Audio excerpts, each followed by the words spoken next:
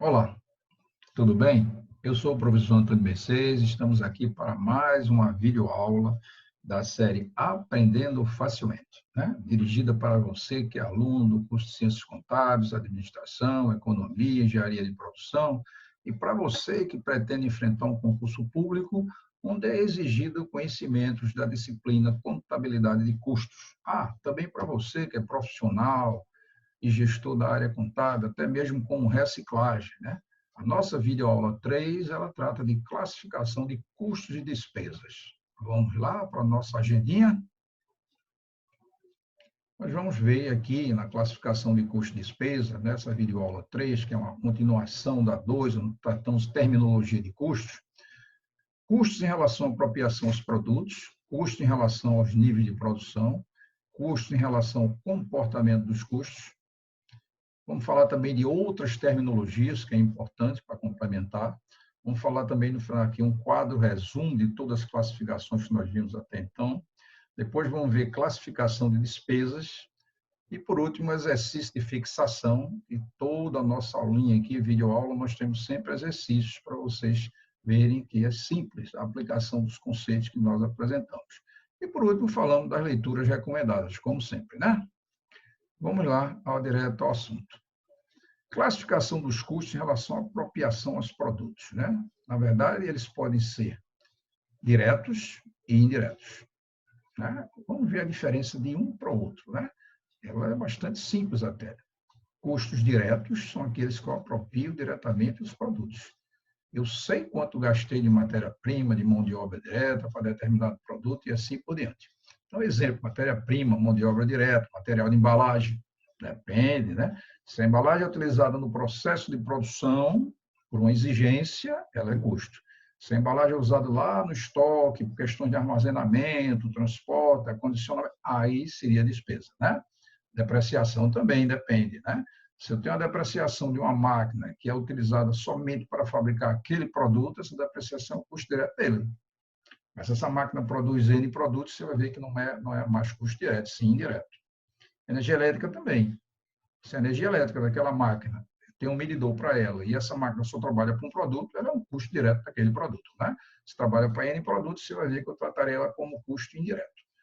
Há uma particularidade aqui, né? Em função, às vezes, da materialidade de algum item, né, que não tem tanta importância, que a gente chama não materialidade daquele item que é tratado, a gente, mesmo sendo direto, mas daria muito trabalho para você, evidentemente, alocar um a um. Então, é muito melhor você tratar ele como custo indireto, né? Os valores são irrisórios. Então, representa aí 0,2% do custo total, então eu posso tratar ele como um conjunto e tratar ele como custo indireto, né, para facilitar o meu processo, né, de custeamento. Se é custo indireto, qual é o conceito? A apropriação depende de cálculos de rateios, de estimativas, base de critério de rateio, então eu não tenho como alocar diretamente, né? É alguma coisa, como eu falei, na depreciação, a máquina que trabalha para N produtos, é uma depreciação custo indireto. Eu vou ratear em função de alguma coisa, né? Por horas de máquina, horas de mão de obra, vou estabelecer qual é o critério, né? E aí você tem salário de gerência de produção, depreciação de equipamentos que são utilizados na fabricação de mais um produto, aluguel da fábrica e outras coisas mais. É bom lembrar que rateio, né, base de rateio é uma coisa questionável, né? É uma coisa arbitrária. Eu sempre digo para os meus alunos um exemplo bem simples, né? Vamos supor que eu tenha uma quantidade X de bombons para distribuir numa classe com a meninada. Eu posso distribuir igualmente, mas se não quiser distribuir igualmente, eu posso adotar um critério, né? Quem tem mais peso recebe mais, quem é mais alto recebe mais, então faria uma proporção, né? E com isso eu usei uma base de rateio. E essa base de rateio vai ser questionada. Aí o aluno chega, não, professor, mas quem tem maiores médias devia receber mais. Aí começa a discussão, né? Nunca você vai chegar a um consenso. Sempre vai ter uma pessoa que vai questionar o rateio que você está usando, né? O que na prática a gente sempre utiliza, vocês vão ver lá adiante, numa videoaula sobre custo indireto, que é a gente trabalhar de tal maneira que eu não mude constantemente essa base de rateio. Eu, pelo menos, use um exercício, porque senão eu estou ferindo a consistência dos dados, né? Mudanças constantes, não posso, né? Então, isso é uma sugestão, é uma recomendação, no caso, que é importante para todas as empresas. Base EAT pode ser horas de máquina, hora de mão de obra direta, o valor da mão de obra direta e assim por diante. Em relação ao nível de produção, a gente viu em relação ao produto, apropriação ao produto. Agora, é o nível de produção. Como é que a gente tem? Ele pode ser fixo ou variável. O que vem a ser um custo fixo? É aquele que são sempre os mesmos, qualquer que seja o volume de produção. Ele não independe do volume de produção. Na verdade, ele só depende de uma coisa, o intervalo relevante. É um contrato que você tem lá do aluguel, por exemplo, do prédio da sua fábrica, ele é fixo, por um período aí de 12 meses, 24 meses, a partir daí ele muda. Então, como se diz fixo, não quer dizer que ele seja eternamente fixo. Ele é fixo, mas pode variar, né, que a gente diz até que varia por degrau, né, ele pode variar em função de saída desse intervalo, em função até no caso do contrato, por um aditivo, né? Então, imposto predial, prêmio de seguro de instalação da fábrica, depreciação de equipamentos de produção, né?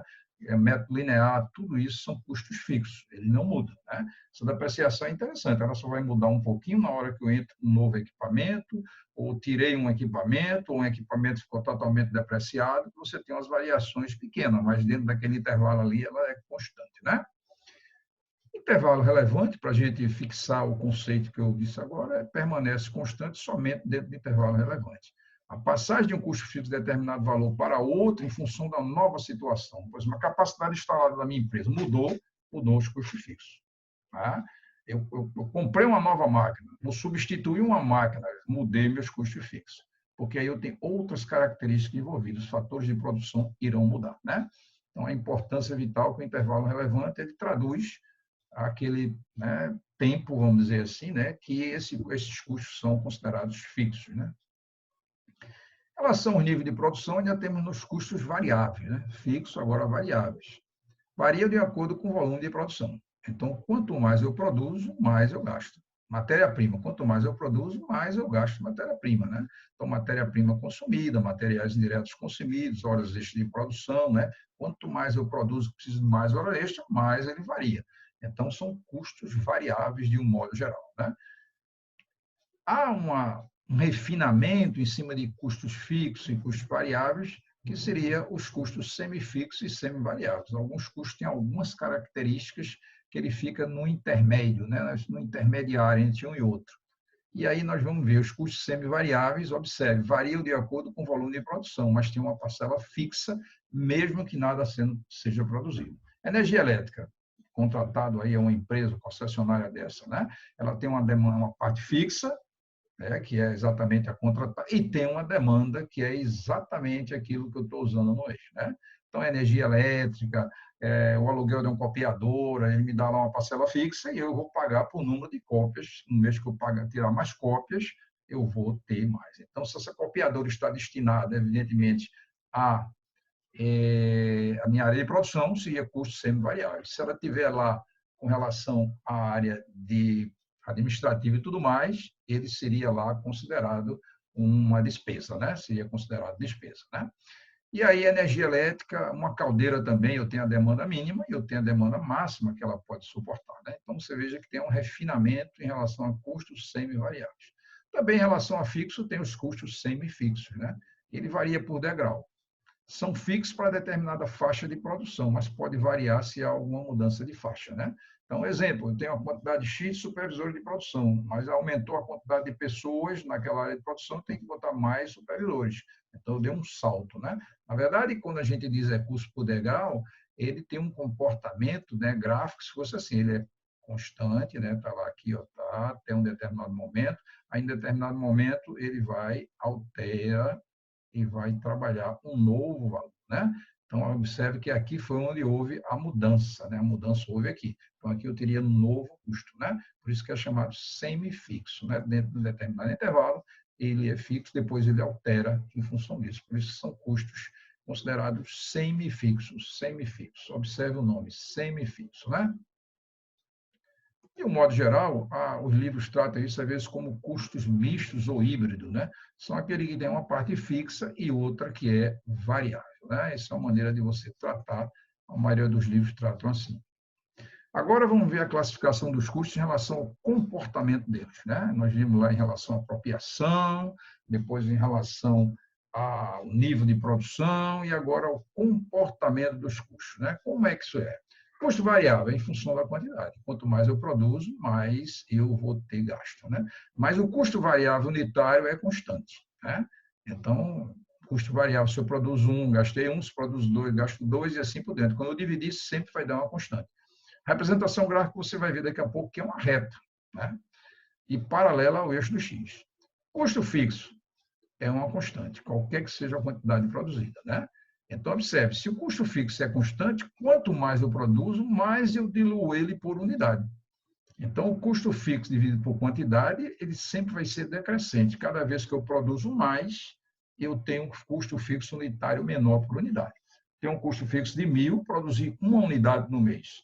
Toda aquela unidade vai ser carregada com esse custo fixo de 1.000. Se eu produzir 1.000, cada unidade só vai levar 1 de custo fixo. Você veja que ele tem influência muito grande, né? Na hora que você vai calcular os custos de um produto, os custos fixos, se for por absorção, né? Custeio por absorção, que a gente trata lá no módulo 6, né? Na videoaula 6, você vai ver que ele tem influência vital em cima, evidentemente, de cada unidade produzida, né? E ele é decrescente, né? E aí, esse comportamento ele pode se traduzir em gráfico. Como é? Vamos ver um gráfico aqui simples, a esse eixo aqui eu botei quantidade, nesse eixo eu posso representar os custos fixos, custos variáveis, custo total e assim por diante. E aqui, ó, os custos fixos é constante, né? O custo fixo é sempre constante. Aquele exemplo que eu dei, 1.000, né? Então, está azul, azul. Veja, bem simples. Custo variável, se não tivesse custo fixo, ele partiria daqui, né? E a inclinação dessa reta é que vai me dar a variância, né?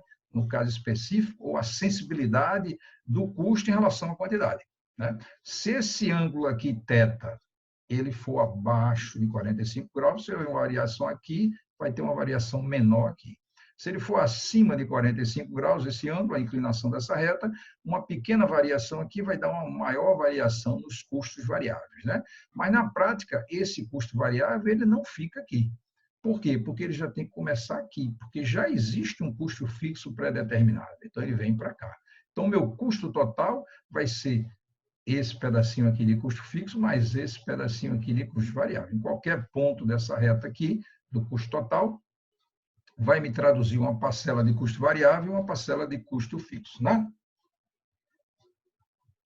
Importância vital, né? O entendimento. Então, esse gráfico aqui do custo total, quando eu trouxe ele para cá, eu pegar esse ponto, ele tem uma parcela que representa o custo variável e tem uma parcela que representa o custo fixo, né? O custo fixo, né? Então, tem duas equações, aqui uma terceira equação, que é levando em consideração a equação de custo fixo e a equação de custo variável. Já se eu tratar isso unitariamente, eu vou ter outro gráfico, né? Então, meu custo fixo unitário, o azul aqui, quando a gente começou, ele é decrescente, né? Então, lá a equação seria essa, né? Essa curva aqui, decrescente, né? Quanto mais eu produzo, mais eu diluo, né? Se eu produzir pouco, cada unidade vai receber uma parcela maior de custo fixo, né? Se eu produzir muito, cada unidade vai receber uma parcela menor de custo fixo. Já o custo variável unitário é uma reta. É uma reta, né? Então, uma verdadeira reta, né? Porque eu produzi 1, gastei 1, produzi 2, gastei 2 e assim por diante. É sempre uma reta. Essas duas curvas aqui, delas eu posso trazer o custo médio. O custo médio vai ser também uma curva que representa por essa, que é um pouquinho acima do custo fixo unitário, que é exatamente levando em consideração a média de custo, uma parte variável e uma parte fixa, né? Ou seja, custo fixo unitário e custo variável unitário. Uma parte aqui que é uma reta que é fixo, né? Ele não varia, é uma constante, e aqui uma que varia em função da quantidade. Então, essa aqui é a representação gráfica do custo médio, né? Então, você tem aqui a representação do custo fixo, variável e total, e aqui você tem o custo fixo unitário, custo variável unitário e custo médio também unitário, né? Agora, vamos ver um pouquinho de outras terminologias de custo. É importante que a gente conheça isso para facilitar, né, o entendimento das demais videoaulas, né? Então, vamos lá. Outras terminologias de custo. Custo de produção acabada, ou concluída, como eu gosto de chamar, ou produtos prontos para venda. São os custos acumulados da produção acabada ou concluída num período, né? Que mesmo que tenha sido iniciado em períodos anteriores. Quando eu inicio um mês, numa fábrica, por exemplo, tem coisas que foi iniciado no mês anterior e não foi concluído. Então, eu vou concluir nesse mês. Eu tenho coisas que iniciei nesse mês e vou concluir nesse mês. E tem coisas que iniciei nesse mês e vou passar para o mês seguinte, né? Então, na verdade, pode conter custo de produção também de períodos anteriores existentes em unidades que só foram completadas no presente período, né? Isso é que é a importância vital a gente entender. Só foram completadas no presente período. Custo de produtos vendidos, né? É o total de custo de produtos que foram vendidos, bens e serviços, né? É a soma incorrida de todos os custos de bens e serviços que só agora estão sendo vendidos. Lá na videoaula 2, nós mostramos lá, né? Eu comprei matéria-prima, foi um investimento, depois eu peguei essa matéria-prima, joguei no estoque, né? Ela ficou lá, estocada, depois quando eu tiro essa matéria-prima para a produção é custo, aí depois essa produção me gera um produto, esse produto volta para o estoque, é um investimento, mas agora não só de matéria-prima, mas outros fatores de produção, vai incorporar para dar esse produto. Quando esse produto é vendido, ele sai do estoque e gera o CPV, custo de produtos vendidos. Eu digo, o custo desse produto para mim foi 10, eu estou vendendo por 20. Né? Eu tenho a relação aí. Se olhar a DR, você vai ver uma demonstração de resultados, você vai ver no nível aí receita bruta, depois tributação sobre a receita, receita líquida, e depois aparece o CPV, né? Custo de produtos vendidos. Né? Importância vital esse conceito. Né?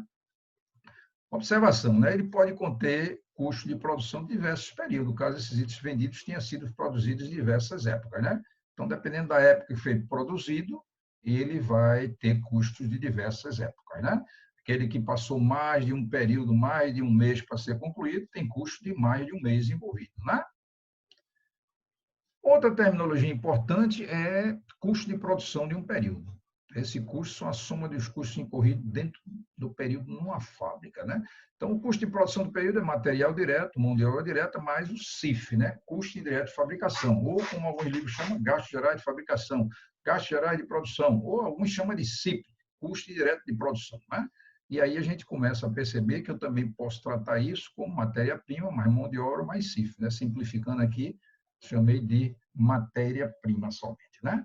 Então, CIF são os demais gastos necessários para a fabricação de produtos, quais, pela sua própria natureza, não são nem materiais, nem mão de obra direta. Tá? Exemplo, energia elétrica, depende, né? Porque pode ser direto, serviço de terceiro, manutenção, seguro, depreciação também depende, aqueles mesmos conceitos que nós vimos anteriormente. Então, aí está o custo de produção de um período. Né? Para facilitar, a gente coloca aqui um gráfico que vai elucidar esses três conceitos: custo de produção acabada e custo de produtos vendidos, né? Custo de produção de um período, produção acabada no período e custo de produtos vendidos. Vamos supor que eu tenha 3 meses, né? 2 meses, segundo mês, terceiro mês e quarto mês, 3 meses envolvidos. E aqui eu delimitei, aqui eu estou no mês 3, né? Aqui eu peguei isso aqui, esse mês 3 e abri ele aqui. E quando começou o mês 3, o que é que eu tinha no meu estoque? No meu estoque de produtos acabados, eu tinha o item 1, 2, 3 e 4. Estava lá. O item 5 foi passado para o mês 3, do mês 2, e, evidentemente, ele só tinha sido concluído o quarto dele. Né? Então, 3/4 eu vou concluir agora, nesse mês 3. Né? Aí eu saí fazendo, fiz o 6, 7, 8, até chegar ao 21.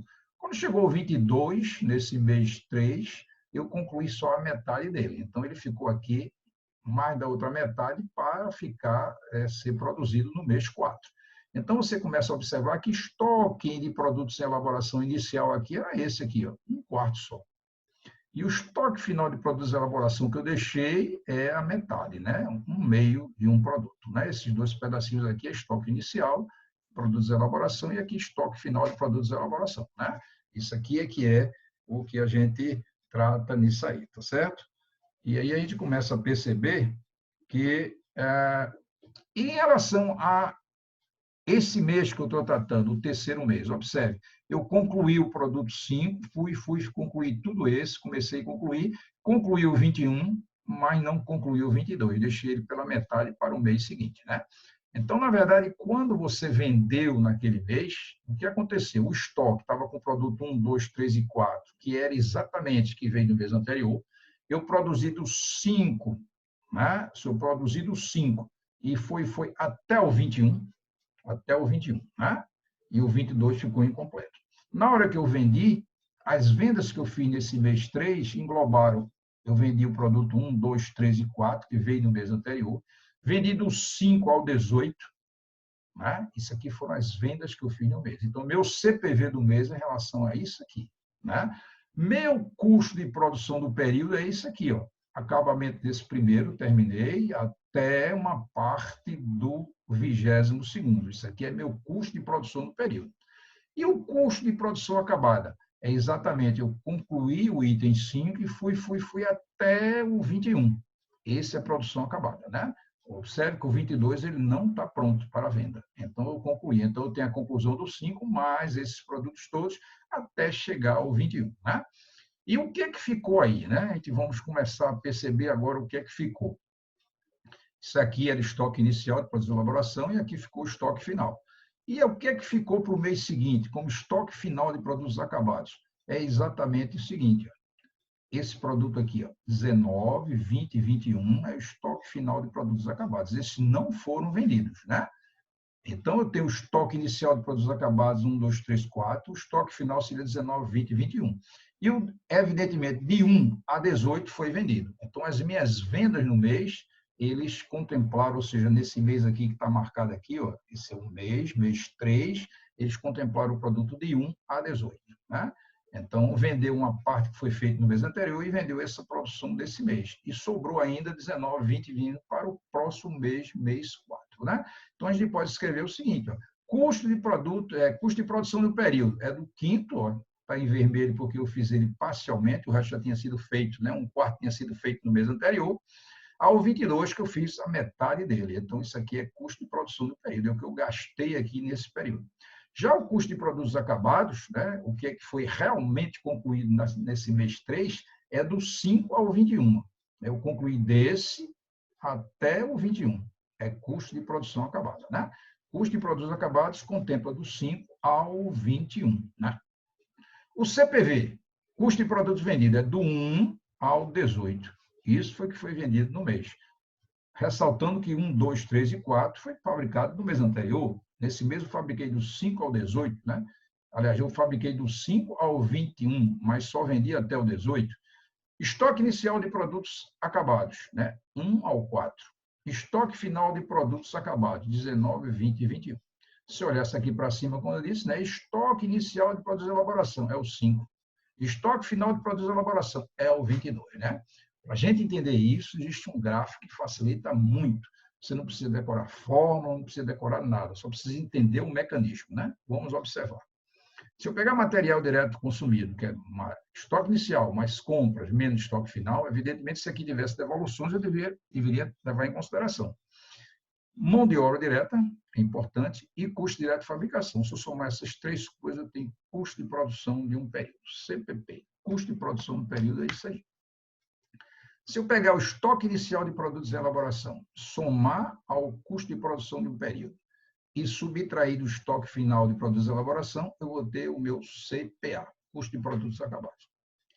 Se eu pegar o estoque inicial de produtos acabados, somar meu custo de produção de produtos acabados e diminuir do estoque final de produtos acabados, eu tenho exatamente meu custo de produção de venda, né? Meu custo de produtos vendidos, né? Então, observe que aqui eu calculo o CPP, aqui eu calculo o CPA e aqui eu calculo exatamente o CPV, né? E daqui eu tiro uma equação que permeia tudo isso aqui, que é estoque inicial de produtos de elaboração, mais estoque inicial de produtos acabados, mais CPP vai ser igual a estoque final de produtos de elaboração, mais estoque final de produtos acabados, mais CPV, né? Mas se eu não quiser decorar isso, que às vezes você se esquece, vai fazer uma prova, um concurso, pode se esquecer, é melhor eu entender o mecanismo disso, né? Se eu somar esses três grandes itens, eu tenho um CPP. Se eu levar em consideração o estoque final de produtos de elaboração mais CPP menos estoque final de produtos de elaboração, eu tenho o CPA, né? E a mesma coisa, sendo em relação a produtos acabados, eu terei meu CPV, né? Então, tudo aquilo que foi explicitado naquele gráfico anterior, aqui está traduzido em expressões, né? Expressões que a gente, equações, né? Observe que eu tenho 4 itens, se eu souber 3, eu sei o terceiro. Nessa equação aqui, isso mais isso mais isso é igual a isso. Então, se eu souber 3 itens desse aí, 3 variáveis dessa forem conhecidas, né? Eu vou marcar aqui só para a gente brincar aqui, ó. Se eu souber isso aqui, né? Essa equação aqui, e ela trata disso aqui, ó. Se eu souber essa equação, ó, mais essa aqui, mais essa aqui, mais essa, se eu souber desses 4, souber o valor de 3, eu sei exatamente 1. Se um problema ainda é isso, isso e isso, eu sei quanto é o custo direto de fabricação. E assim por diante. Aqui também, né? Se eu observar, eu tenho aqui, ó, 4 itens. Essa é outra equação que a gente tira daqui, tá vendo? Eu estou vendo, são 4 variáveis. Se eu souber 3, eu sei a terceira, né? Eu sei a quarta, no caso, né? Aqui também, outra equação, né? Se eu souber 3 dessas variáveis, eu com certeza calcularei a quarta, né? É importância vital a gente trabalhar isso aí, certo? Vamos agora, continuando, outras terminologias, custo de transformação ou conversão. O que é que vem a ser custo de transformação ou conversão? Custo de transformação ou conversão é a mão de obra direta mais CIF, né? A soma de todos os custos de produção, exceto relativos à matéria-prima, ou outros eventuais adquiridos e empregados sem nenhuma modificação. Componentes que eu compro para adquirir também não entram, embalagens compradas, né? Se é para a produção, também não entra, né? Então, esse é chamado custo de transformação ou conversão, né? É o valor do esforço da própria empresa, né, no processo de elaboração de determinado item, né, ou seja, mão de obra direta, indireta, energia, material de consumo industrial e assim por diante. Isso é o custo de transformação, que às vezes também chama de custo de conversão, né? Outra terminologia interessante seria custo primário ou básico, né? Na verdade, custo primário ou básico é material direto ou matéria-prima, como queira simplificando, né? Aqui é mais abrangente, mais mão de obra direta. Então, uma atenção especial: custo direto não é igual a custo primário. Custo direto é uma coisa, custo primário é outra. É fácil ver um exemplo, observe.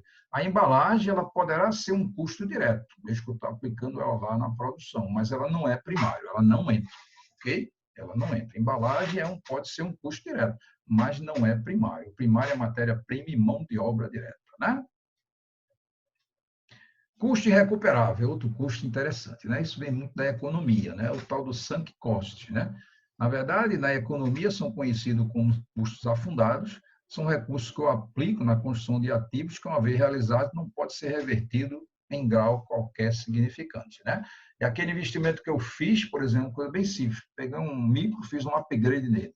Esse micro é da produção. Então, eu espero que ele tenha uma sobrevida por 2 anos. Então, investi para isso, né? Então, se em 1 ano ele se tornou obsoleto completamente, já não está produzindo como eu quero, essa diferença que está para completar esses 2 anos de depreciação desse investimento que eu fiz, ele é considerado um sunk cost, né? Um custo irrecuperável, né? Não tem como assim. Mesma coisa com carro e assim por diante, né? A aplicação de recursos realizados no passado, da qual se esperava geração de benefício futuro, que no presente já não mais se vislumbra. Ou seja, esse micro já não está mais rendendo. Se fosse uma máquina, ela já não estaria mais produzindo como eu quero. Ela podia estar gastando muito mais energia do que eu estava pensando e assim por diante. Talvez a solução não seria eu fazer esse upgrade. A solução melhor é eu ter comprado um novo, né? Atualizado, né? Então, o exemplo que eu dou aqui é um investimento em uma máquina que da noite para o dia ficou obsoleta. Os produtos estão com custo altíssimo.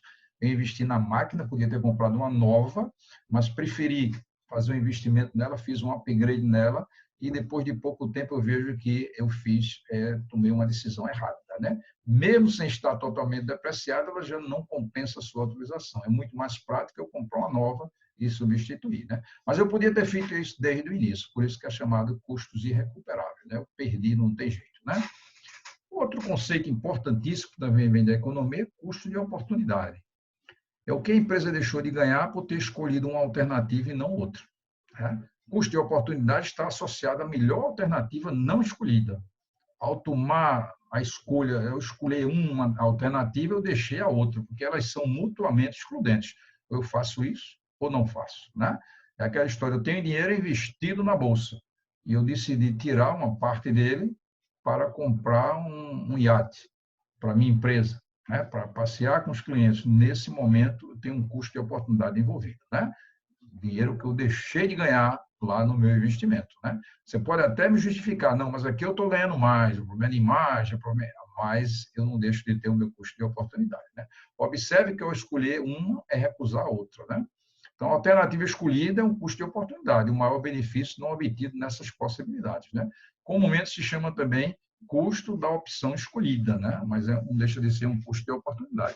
Esse, por outra vez, em concurso, né? Principalmente quando tem lá questões que está tratando do custo de oportunidade. E lá, quando você trata lá ponto de equilíbrio, né? O econômico, você veja que na própria forma, né? Numa videoaula que vai ter lá na frente, você começa a perceber que lá a gente trata o custo fixo, né, de um modo geral, o custo de despesa fixa, mais o custo de oportunidade. Na verdade, mais um lucro desejado, que eu posso, de antemão, considerar como um custo de oportunidade, né? Tem várias maneiras de considerar, uma delas é pelo custo de oportunidade.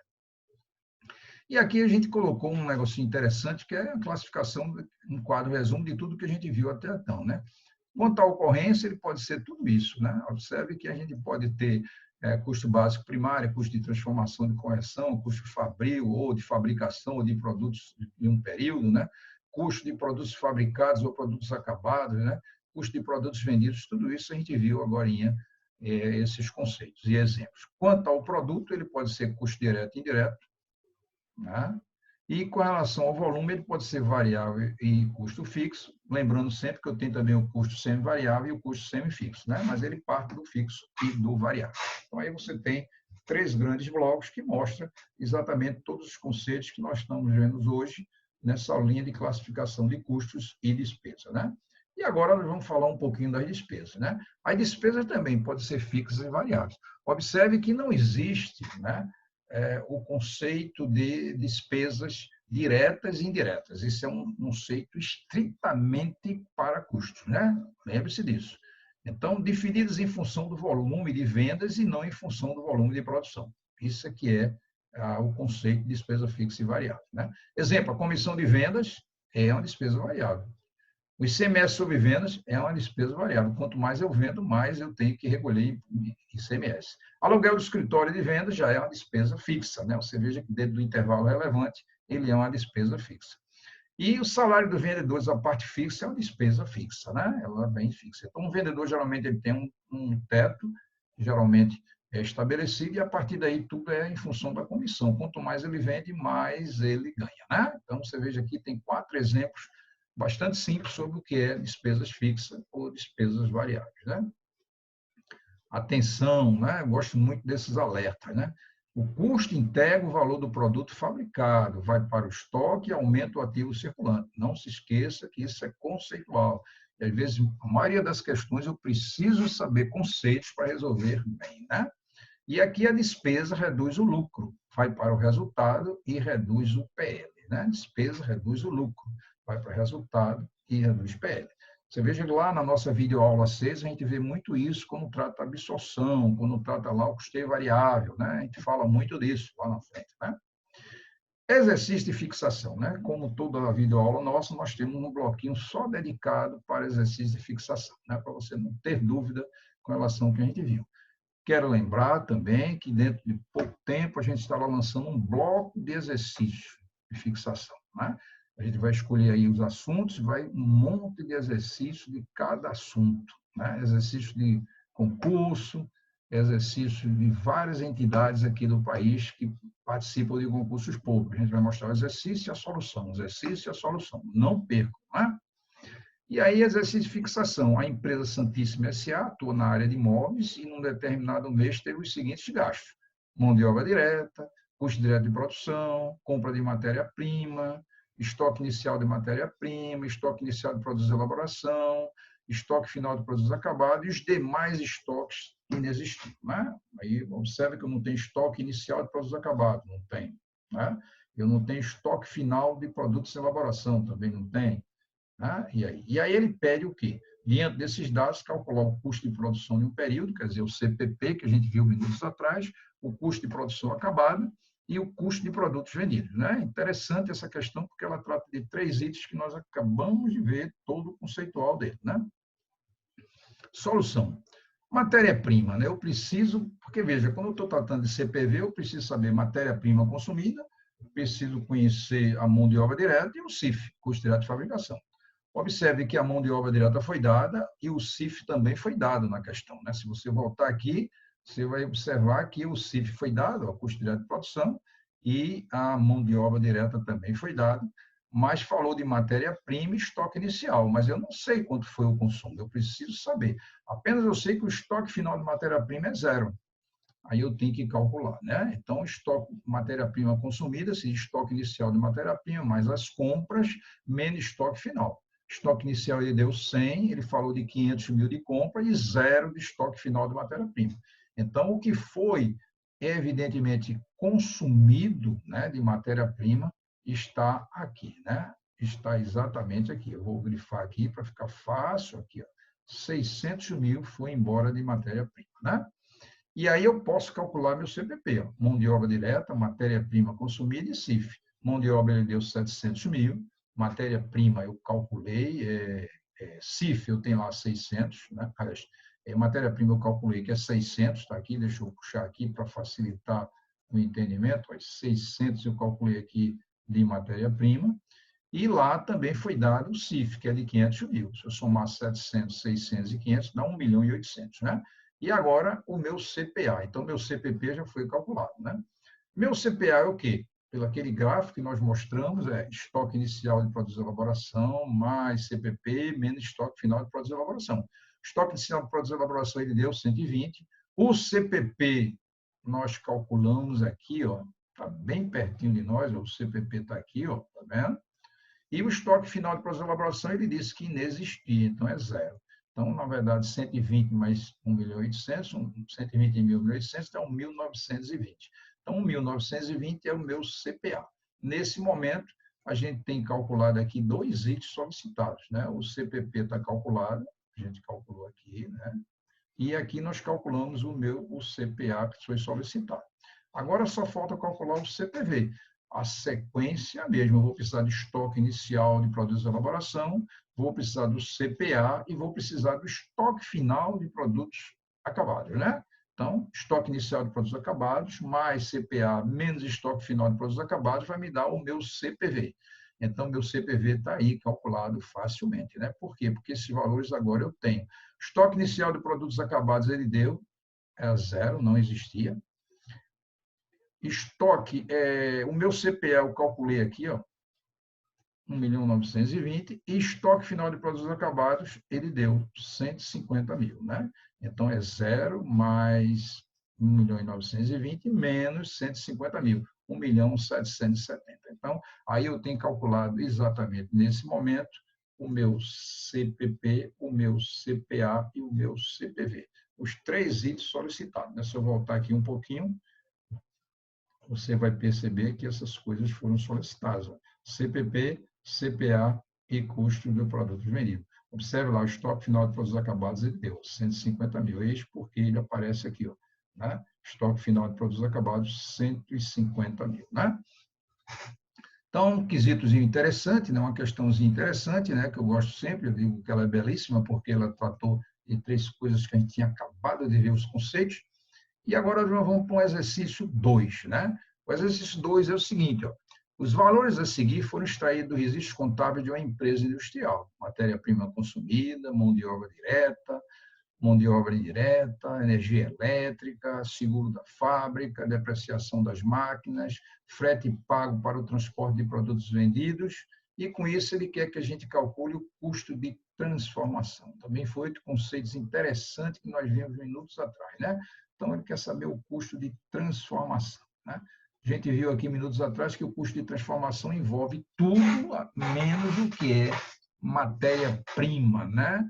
Ou material direto. A gente falou também de embalagem, quando aplicado na produção também não entra.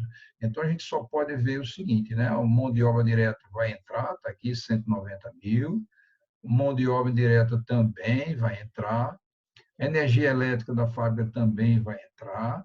O seguro da fábrica também entra, e as despesas de depreciação de máquinas também entram 18 mil, né? Só não entrou aqui matéria-prima consumida, né?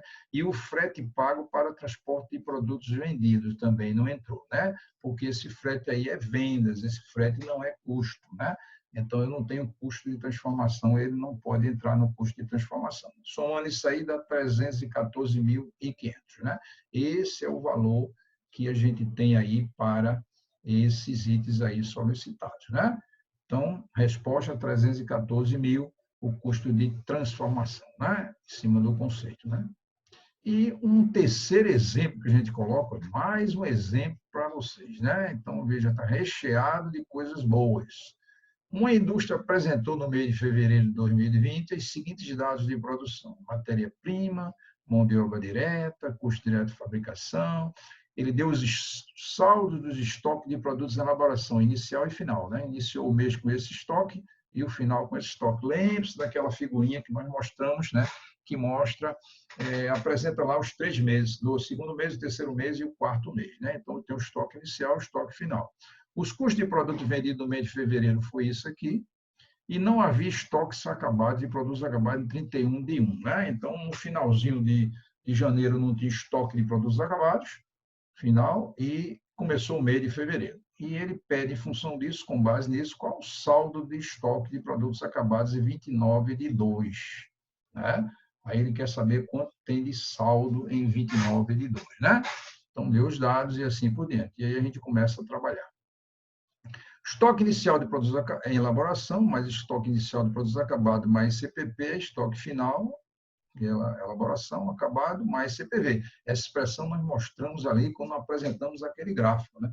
A gente também podia ser solucionado apresentando o gráfico, colocando os valores, também achar a solução.